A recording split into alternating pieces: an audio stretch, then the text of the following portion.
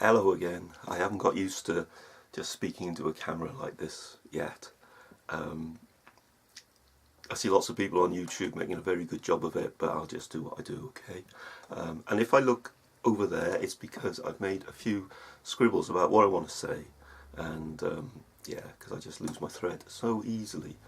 Anyway, I'm not going to say much, and then I'll do something.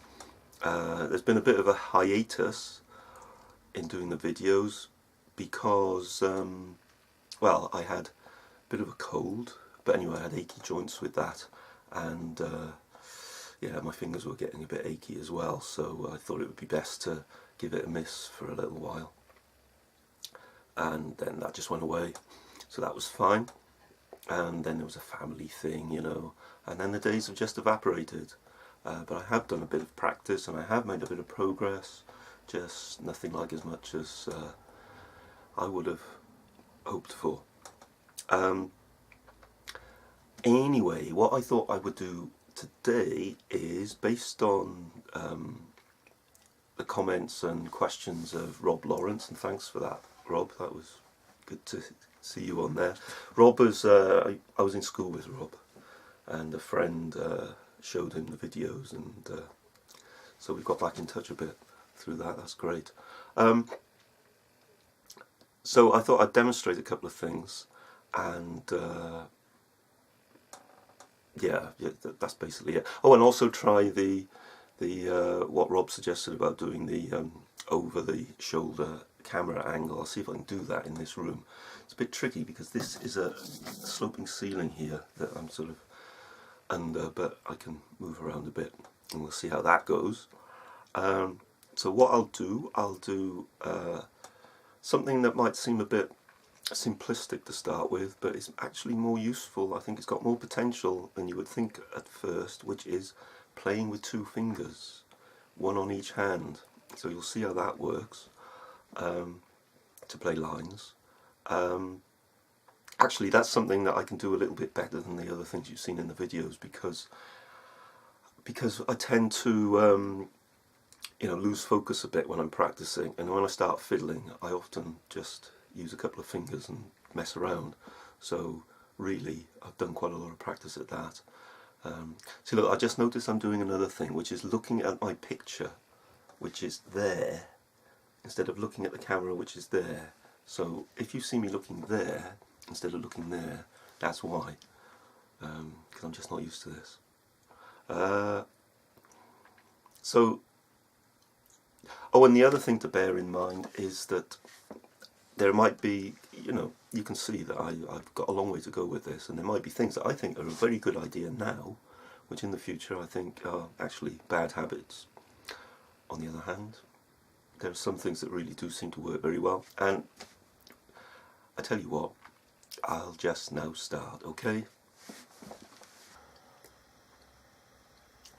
Okay, I'll try the over the shoulder thing in a bit.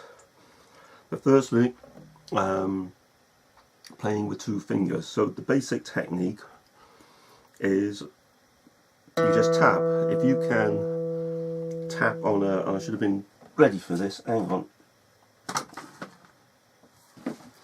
If you can tap on a tabletop like that, it's exactly the same action. So if you can do that, you can play one of these things.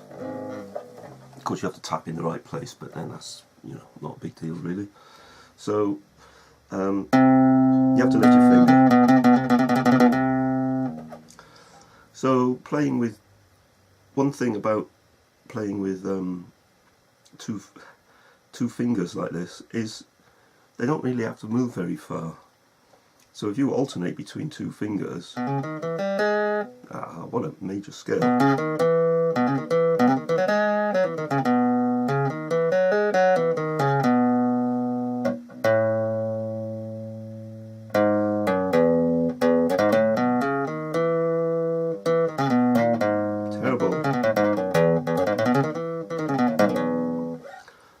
So your fingers aren't really moving very far, so you can do quite a lot with just two fingers. And it's one of those things that it's probably a bad habit just to fiddle doing that. It'd be better to fiddle doing something a bit more, I've got a hair there, a bit more adventurous. I have to get this hair out, there it goes. But I tend to just fiddle around and I do all sorts of things. Another little technique that I can't help doing all the time is this tremolo thing. So if you just play flat, but you can bend the string and pull on the string very easily, and I think that sounds quite nice. So it's one of those things I obviously don't even think about it.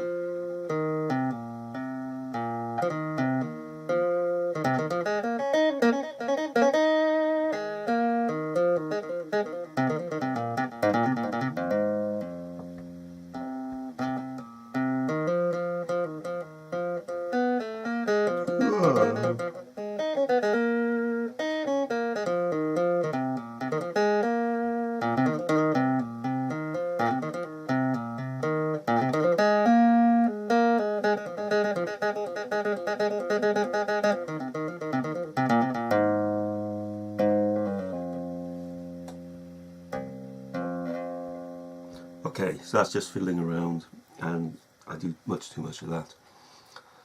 On a previous video I started doing a chromatic scale, so that's using 4 fingers, and that's using another technique. Well, it's basically the same technique of alternation. So I'm starting on an E there, coming down, and the next note down is there, but there's another one here. Then the next note down would be there, but actually there's another one there. So what you can do is just using 4 fingers, that one, that one, that one, and that one. Go.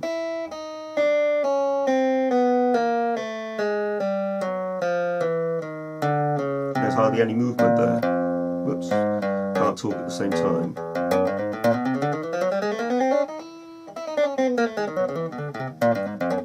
There we go, I clearly can't really do that yet, but you can see it's coming on if you've looked at the other video.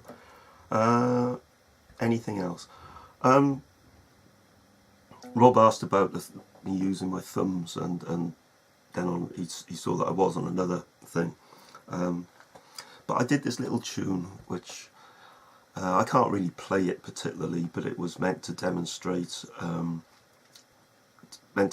playing with 2 fingers and also the thumb a bit. So you can see how this works. So very simply just repeating the same note here. So here we go.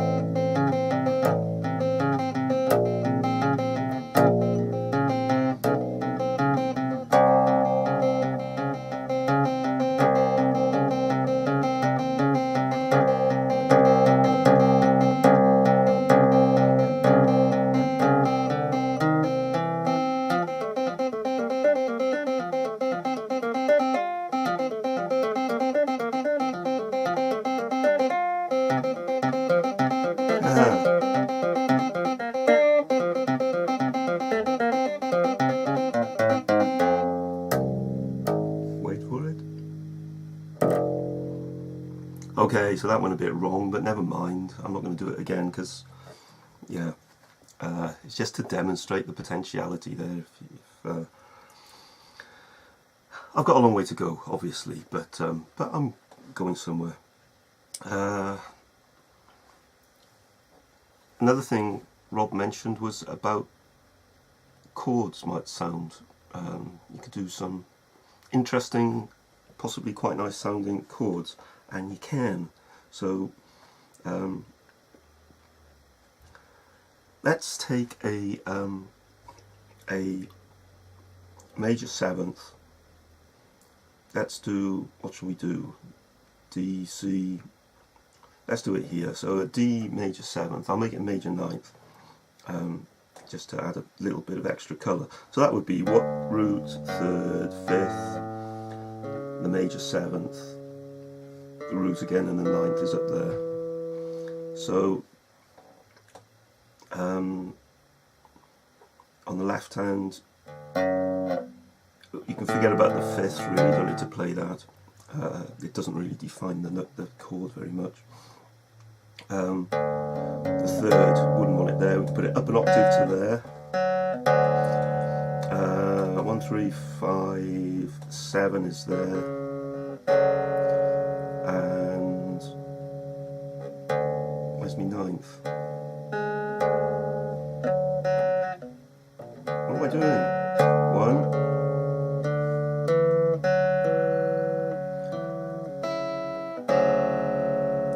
Okay, well obviously I can't do that if you're going to be playing something else there, so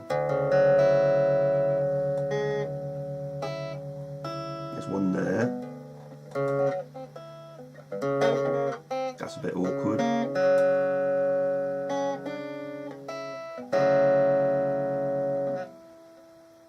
D, D, D.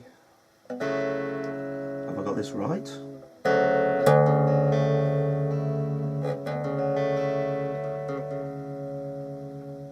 Put that up an octave to there.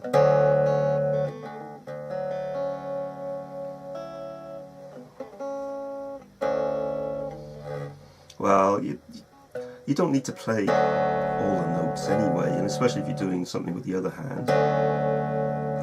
I think I was a bit over ambitious there.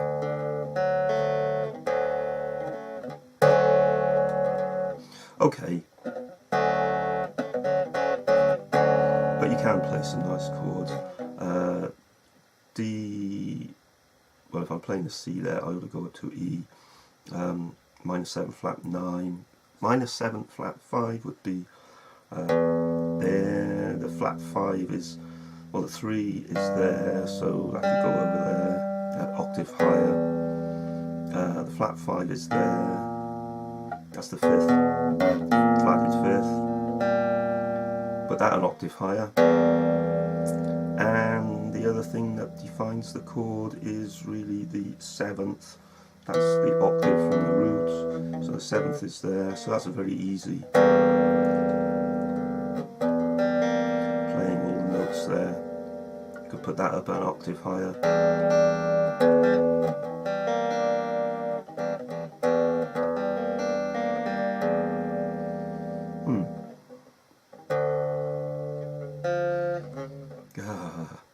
Anyway, as I get to know my way around a bit more, I'll be able to make use of some of those nice chords. Alright, so this wasn't quite as easy as I thought it would be. And I think this looks a bit silly, really. But anyway, hello there. What I'll do then is I'll run through the shapes of the basic, closed, whatever the right terminology is, I don't know, for the basic triad shapes. Okay, let's see, can we see that on there? I think we can just about. So a major shape, tuning in major thirds, you can see how easy this is. 1, 3, 5. If I go up one, then I've got the first inversion. I think it's the first inversion, which is the, and then the second inversion is just.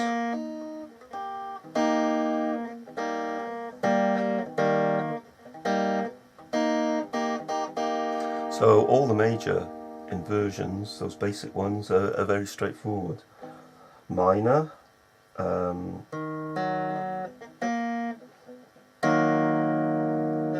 if I was playing that, that's not very strong going from there to there. So if you're just playing it straight down, it's fine. If you were playing it in a run, it might actually be better to, what looks more awkward is to do it that way. But it's actually much stronger to do that. So that's the first, the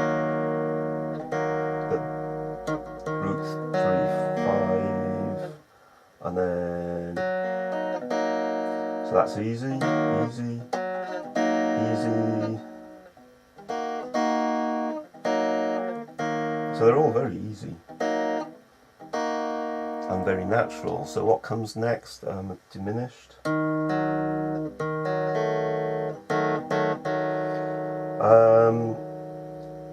And diminished, well, yeah, I could play that there.